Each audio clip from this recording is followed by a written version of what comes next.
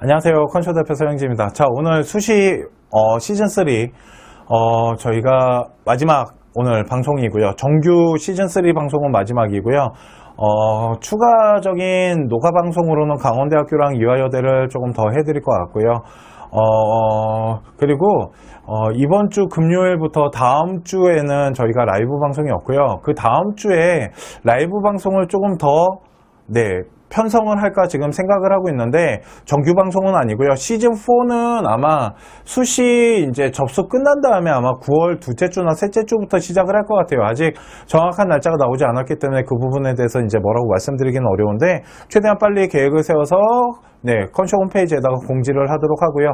오늘은 뭘 할 거냐면 수시 준비부터 접수까지 도대체 좀 뭘 어떻게 준비를 하면 되는지, 그리고 만약 이거 고등학교 1학년, 2학년 학생이라도 좀 잘 봤으면 좋겠어요. 왜 그러냐면 이제 수시 기간이 되면 되게 겹쳐서 모든 거를 중복되게 활동하는 경우가 많은데, 그렇게 준비를 하시면 안 되고요. 딱 하나하나씩 할 수 있게끔 그런 부분에 대해서 이제 계획 세우는 걸, 지금 7월이잖아요. 그래서 7월부터 어떻게 하면 좋은지 그 부분에 대해서 지금부터 이제 좀 설명을 해드리도록 할게요. 자, 그러면 앉아서 할 거예요, 오늘. 그리고 오늘 그 저희 서울에 스튜디오가 있어요. 지금 이제 요 스튜디오는 제 개인 작업실에 있는 스튜디오에서 지금 라이브 방송을 하는 거고요. 저희가 이제 서울에도 선유도 쪽에 이제 스튜디오가 하나 있는데, 오늘 서울에 가가지고 자기소개서에 관련된 그 패널, 그 자기소개서 강사랑 그리고 이도원 컨설턴트랑 또 녹화방 하나를 찍고 왔는데, 그것도 편집되는 대로 최대한 빨리 올려드릴게요. 자기소개서 잘 쓰는 방법에 대해서, 자기소개서 기본적으로 어떤 방향을 잡아야 되는지 그 부분에 대해서 저희가 방송을 찍었으니까 그것도 최대한 빨리 편집하는 대로 올릴 건데, 그 편집은 저희 본사 쪽에서 지금 진행을 하고 있기 때문에 최대한 빨리 해주겠죠? 서두가 너무 길었네요. 자, 지금부터 시작하도록 하겠습니다. 한민족을 사랑하는 크레이지 컨설턴트 서영진의 컨쇼 라이브 방송을 시작하도록 하겠습니다. 자, 오늘 보여드릴 거는 수시 준비부터 접수까지 7월달부터 9월달에 도대체 뭘 어떻게 해야 되고, 대학 라인을 구성할 때는 어떤 것을 중점적으로 좀 봐야 되며, 그리고 그 저번 시간에 저희가 학과 변경하는 거에 대해서 이제 설명을 해드렸는데, 그 부분에 대해서 좀 더 정확하게, 그리고 이제 좀 다시 한번 해주실 수 없냐는 요청이 있어서 그 부분도 오늘 추가해서 좀 보여드리도록 하고요. 끝난 다음에 1대1 상담을 좀 받도록 하겠습니다. 자, 수시 준비부터 접수까지 7월 달에 해야 되는 건 뭔가요? 라고 많이 물어보시는데, 일단 7월 달에 제일 중요했었던 거는 기말고사예요.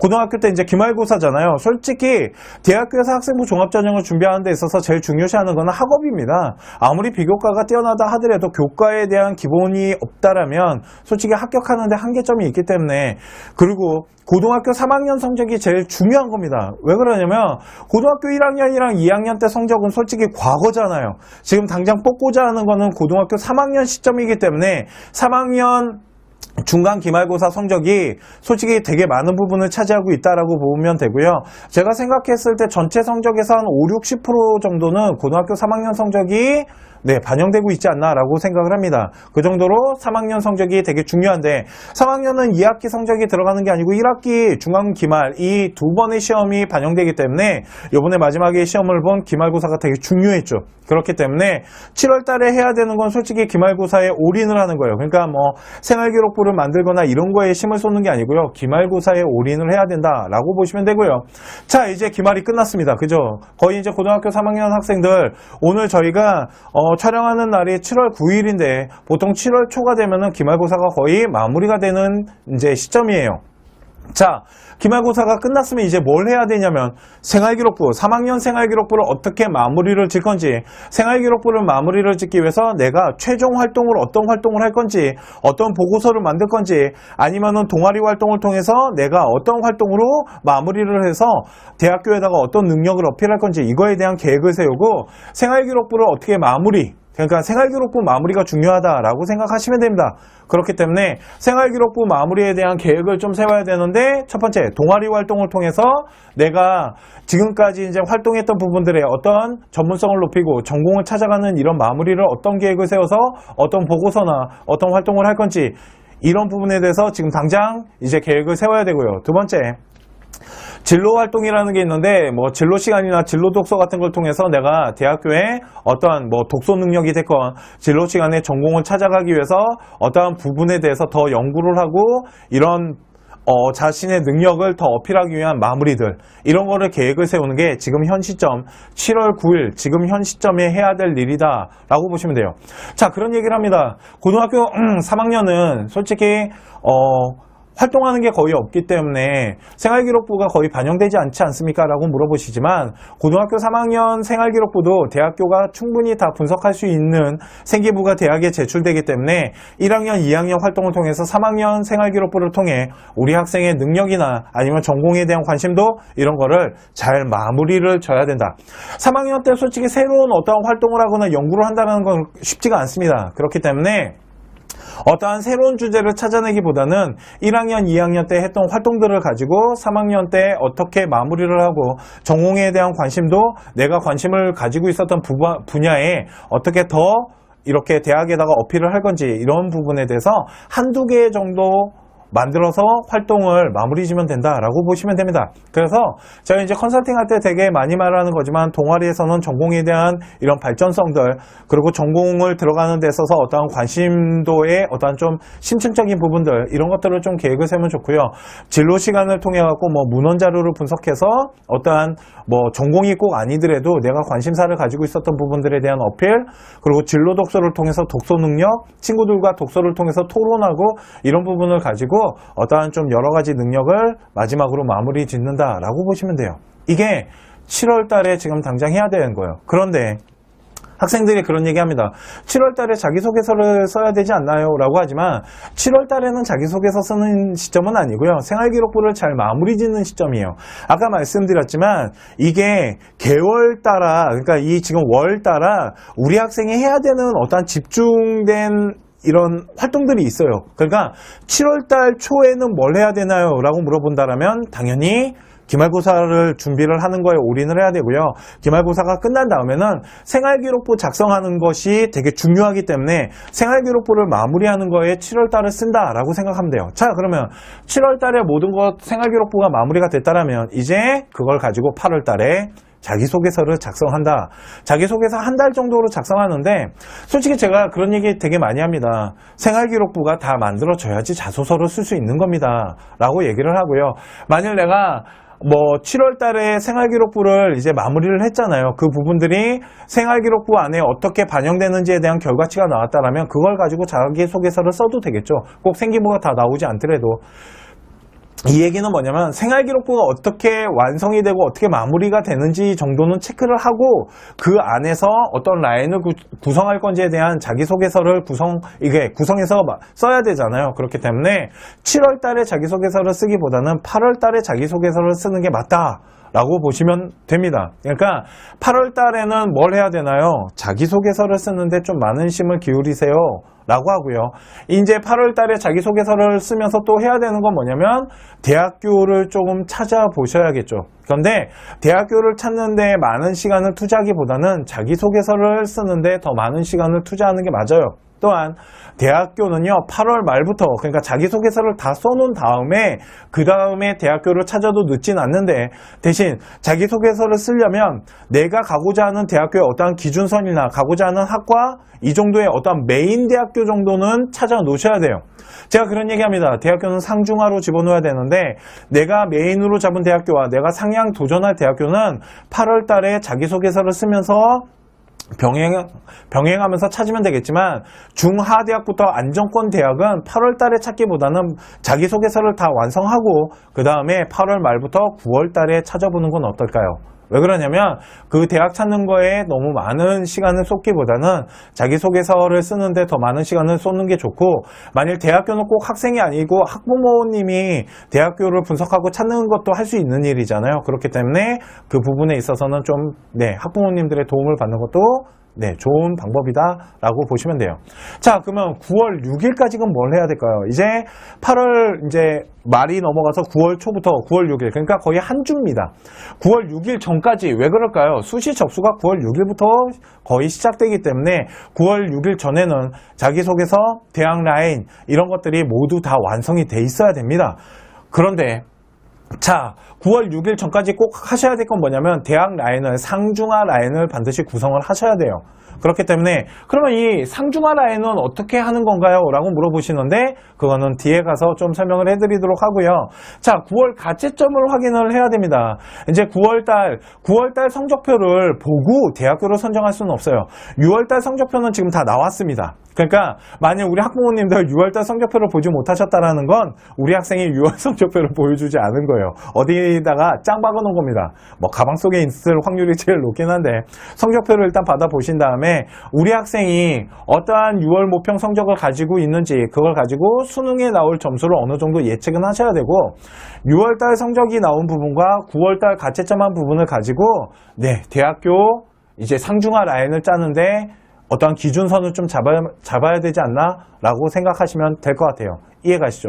그렇기 때문에 6월 성적표와 9월 가채점을 가지고 이제 대학교 상중하 라인을 짜는 데 있어서 어떤 기준선을 잡을 때 사용하시면 되고요. 9월 6일까지는 일단 자기소개서는 다 만들어져 있어야 된다 라고 생각하시면 되고요. 학교도 어느 정도 다 선정이 돼야 된다 라고 보시면 되는데 솔직히 6월달 가채점을 한 다음에 대학교를 찾다 보니까 거의 이제 초급박하게 찾아지는 학생들이 있어요.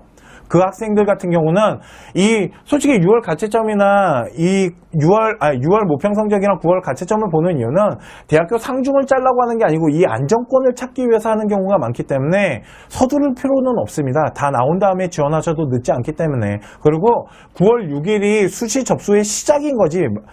시작한 다음에 보통 5일에서 일주일 정도의 시간이 있기 때문에 네.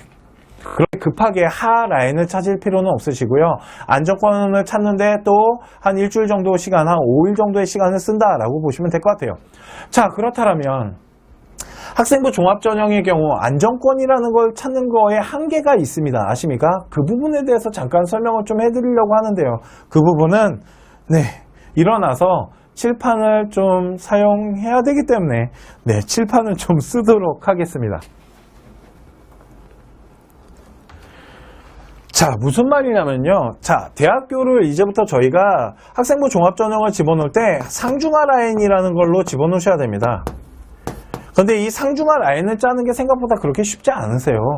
보통 학부모님들 짜시면 이렇게 상중으로 많이 짜오시지 안정권 하를 어떻게 잡으실지에 대한 기준선을 뚜렷하게 갖고 계시는 경우가 별로 없습니다. 그거에 대해서 이제 좀 알려드릴게요. 자, 우리 아이가 재수를 안 한다라는 전제 조건을 깎게요. 자, 우리 아이는 재수를 할 마음이 없어요. 이번 연에 어떻게든 대학을 가고 싶어 합니다.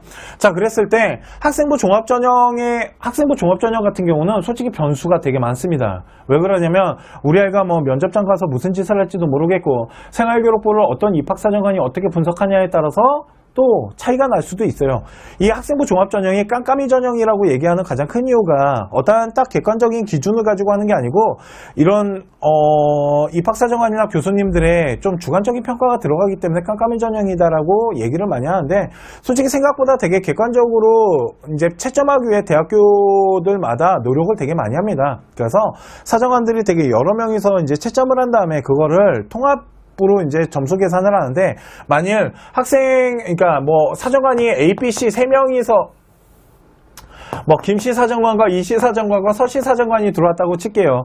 그랬을 때 김씨 사정관이 A를 주고요. 이씨 사정관이 뭐 B를 주고요. 서씨 사정관이 C를 주잖아요. 그러면 이거는 기준선이 없잖아요. 이럴 때는 다음 팀한테 이관이 돼서 다시 채점을 하게끔 하고요.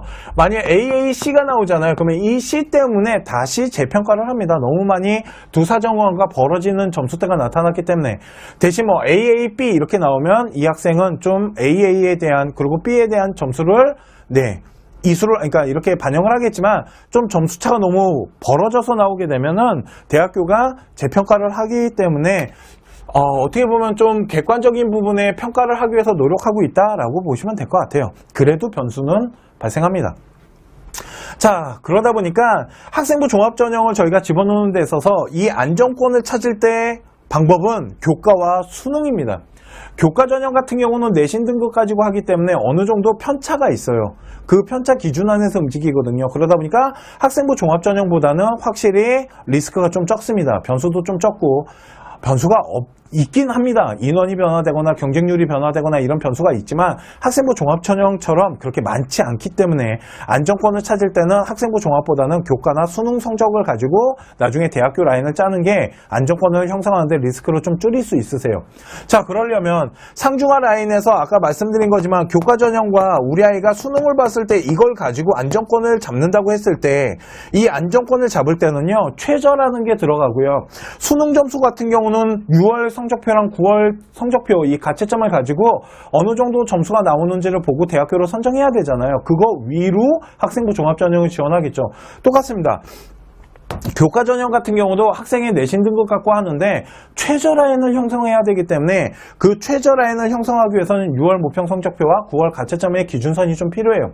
그렇기 때문에 안정권 대학 같은 경우는 교과나 수능 점수를 기준으로 하면은 좀 학생부 종합전형보다는 좀 더 리스크를 줄이는 안정권을 찾을 수 있다라고 생각하시면 되고요. 우리 아이가 만약 6학종을 집어넣는다고 하잖아요. 그러면 안정권은 없다 라고 보시면 됩니다. 이해가시죠? 그렇기 때문에 상중하 라인을 짜는 데 있어서 교과와 수능이 어떠한 기준선을 좀 잡았으면 좋겠고요. 뭐 수능이 됐건 교과가 됐건 최저 라인을 맞춘다라는 전제 조건 하에 교과가 들어가기 때문에 6월 모평과 9월 가채점은 좀 중요하다라고 보셔야 될 것 같습니다. 이해가시죠? 그거 물어보세요. 3월이랑 4월 모평은 어때요? 라고 물어보시는데 3월이랑 4월 같은 경우는 솔직히 교육청에서 출제를 한 거기 때문에 그거에 대한 신뢰도보다는 평가원에서 하는 6월, 9월에 대한 이 부분을 좀 더 높게 평가한다라고 보시면 될 것 같습니다. 이해가시죠? 이게 9월 6일 전까지 우리 아이와 학부모님이 하셔야 될 수시 접수라고 준비라고 보시면 됩니다. 이해가시죠? 이렇게 7월, 8월, 9월을 보내신다라고 생각하시면 되고요.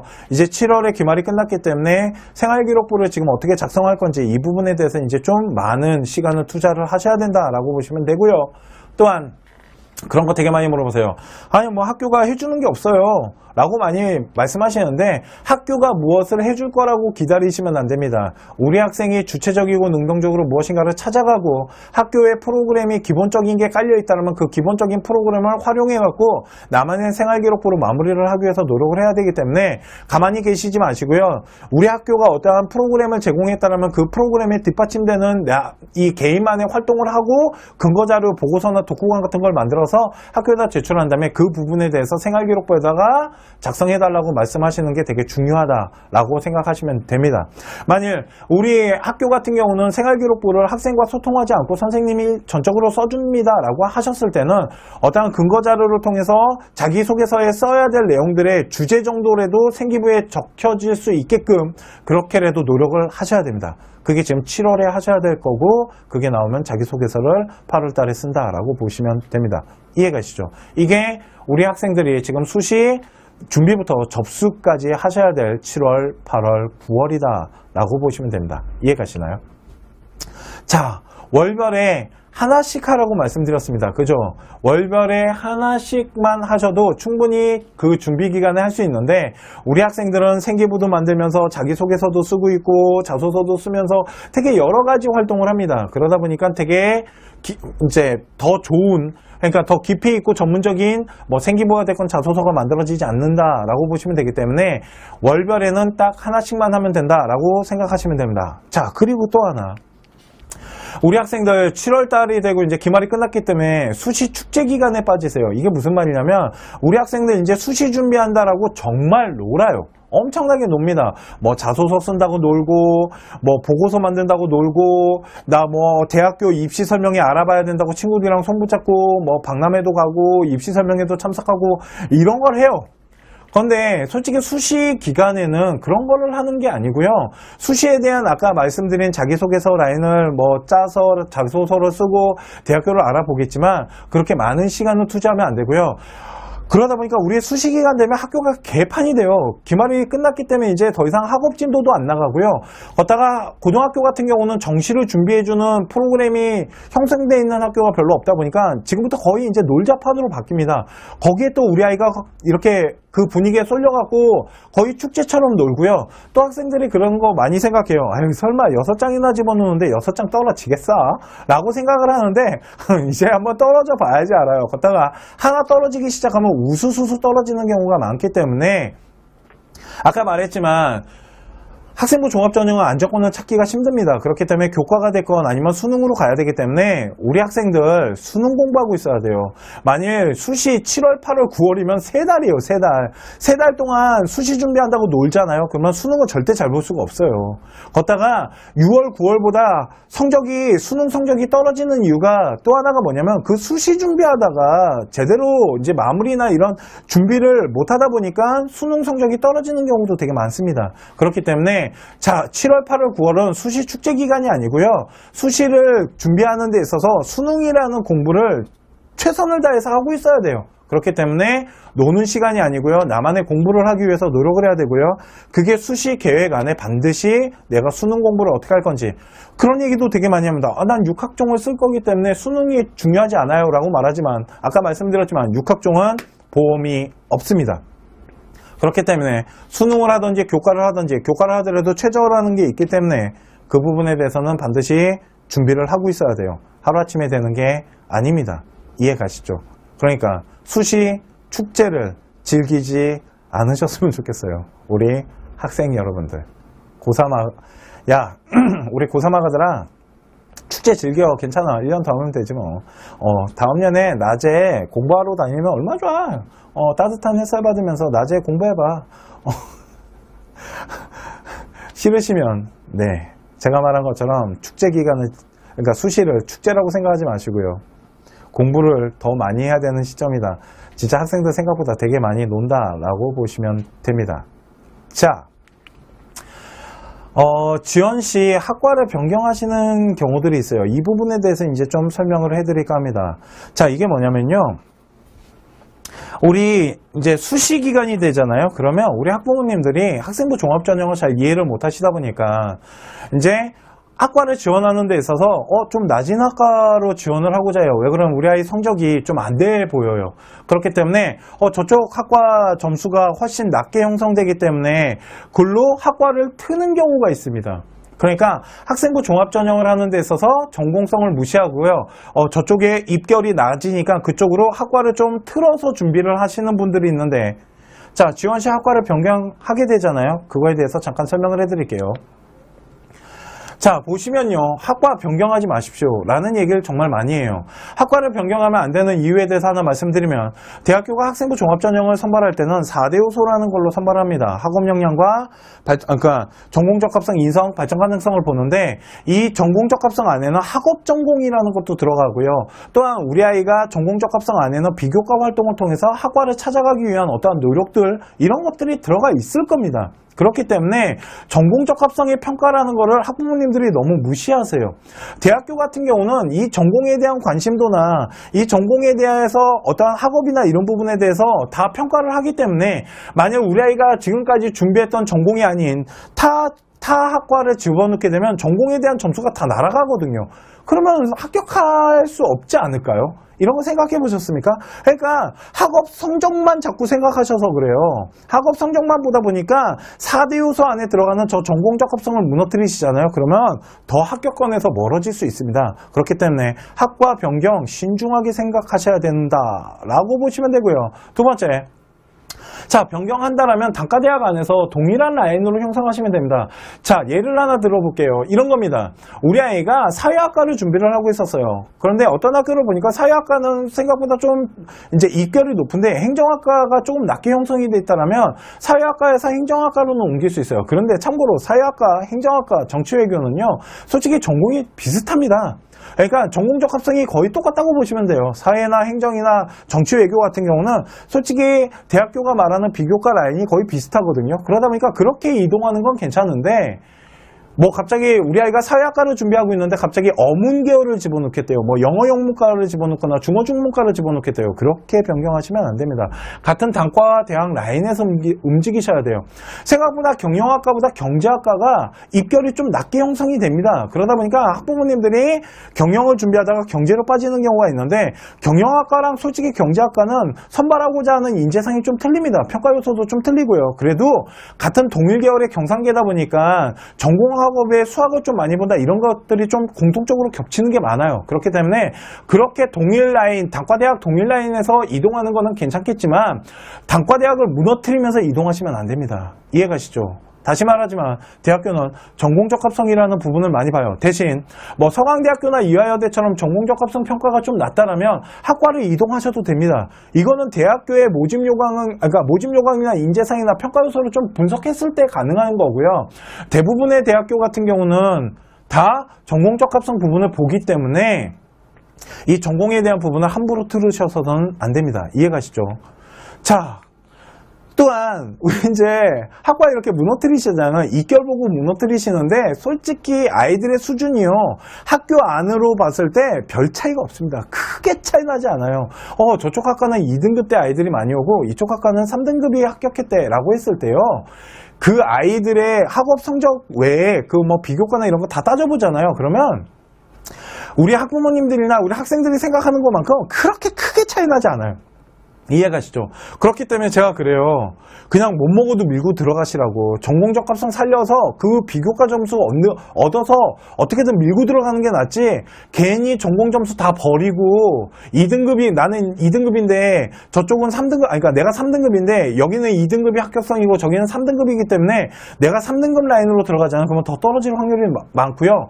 2등급이 합격선이라 하더라도요, 평균점이 학생부 종합전형은 생각보다 되게 넓게 벌어지면서 합격선이 형성되기 때문에 그거 하나만 가지고, 학업 성적 하나만 가지고 뽑는 건 아니기 때문에 그냥 전공성 있는 쪽으로 밀고 들어가는 게 훨씬 합격하기가 좋습니다. 생각보다 그렇게 큰 차이가 없어요. 이해가시죠? 자, 그러면 하나를 좀 보도록 하겠습니다. 자, 경희대학교 입시 결과를 가지고 왔어요. 경희대학교 입시 결과를 가지고 한번, 우리 학부모님들이 그놈의 저 합격자 평균 등급에 대해서 한번 얘기를 할게요. 자, 우리 학생이 경희대학교를 이제 지원하려고 그러는데요. 자, 보시면요, 국어국문과는 2.7이고요. 자, 밑으로 내려오시면은요, 여기에 뭐가 있냐면 한국어학과가 있어요. 그죠? 한국어학과 같은 경우는 지금 등급선이 3.1등급이에요. 자, 국어국문과는 2.7이고 한국어학과는 3.7인데 솔직히 국어국문과와 한국어학과는 거의 동일한 단과대학이라고 보시면 돼요. 왜 그러냐면 전공에 대한 학업이나 전공적 합성 비교과가 거의 비슷하게 진행이 되거든요. 자, 이런 경우는 국어국문과가 솔직히 합격한 아이들의 등급대가 형성된 거 보니까 국어국문과가 한국어학과보다는 더 어려울 것 같아 라고 생각한다라면 요렇게는 이동이 가능하시다라는 거예요. 왜 그러냐면 전공 라인이 비슷하기 때문에. 그런데 만약 우리 아이가 뭘 준비하고 있었냐면요, 이제 이 밑에 정치외교를 준비하고 있었어요. 그래서 행정이랑 정치외교를 같이 준비하고 있었는데 봤더니 정치외교랑 행정학과가 2.0에서 2.7, 걷다가 사회학과는 1.9예요. 그러니까 사회과학대학이 생각보다 합격성이 높네요. 그러다 보니까 여태까지 사회학과로 준비를 했는데 우리 아이가 3등급이거든요. 그러다 보니까 2등급 때 초반 아이들과 1등급 때 후반, 걷다가 뭐 행정학과도 2.7인데 여기보다는 위에 봤더니 프랑스어과가 4.4래요. 스페인은 3.6이고요. 그러니까 프랑스랑 이 스페인이 훨씬 낮으니까 이쪽으로 옮겨야지 라고 하고 이런 프랑스랑 스페인을 지원을 하시는데, 대학교는 전공적 합성이라는 걸 보기 때문에 프랑스어과를 준비하는 학생들 같은 경우는 프랑스에 관련된 이런 문화나 언어나 아니면 어문 능력이나 이런 거에 대한 비교과나 학업, 전공학업을 하고 들어온다고요. 그렇기 때문에 아무것도 준비하지 않은 아이가 갑자기 학과를 무너뜨리잖아요. 그러면 전공적 합성이라는 평가 요소 때문에 생각보다 쉽지 않고요. 두 번째, 자 보세요. 저기 나와 있는 합격자 등급이 얼마나 허무한 점수인지 보여드릴게요. 자, 저희가 경희대학교 한번 분석할 때 알려드렸죠. 이 표 보는 방법. 자, 여기 그을게요. 이 선 그은 거 보이십니까? 앞에는 1, 2등급이고요. 뒤에는 3, 4, 5등급입니다. 그죠? 그랬을 때 1, 2등급이 우리가 항상 말씀드리는 일반고 라인이고요. 이 뒤에는 특목고 라인이라고 보셔야 돼요. 왜 그러냐면 일반고 3등급, 4등급, 5등급이 경희대학교를 들어간다는 건 쉬운 일이 아닙니다. 4, 5등급은 경희대학교를 들어간다는 건 불가능하다고 봐요, 전.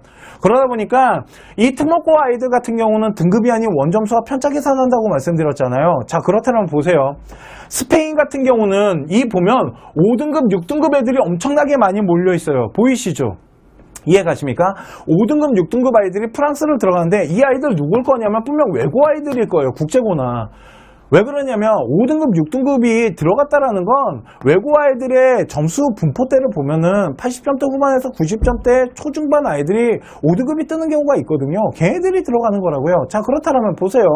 우리가 만일 사회학과를 집어넣을 거예요. 사회학과 같은 경우는 특목 라인보다는 일반고 아이들이 분포대가 많이 형성이 돼 있어요.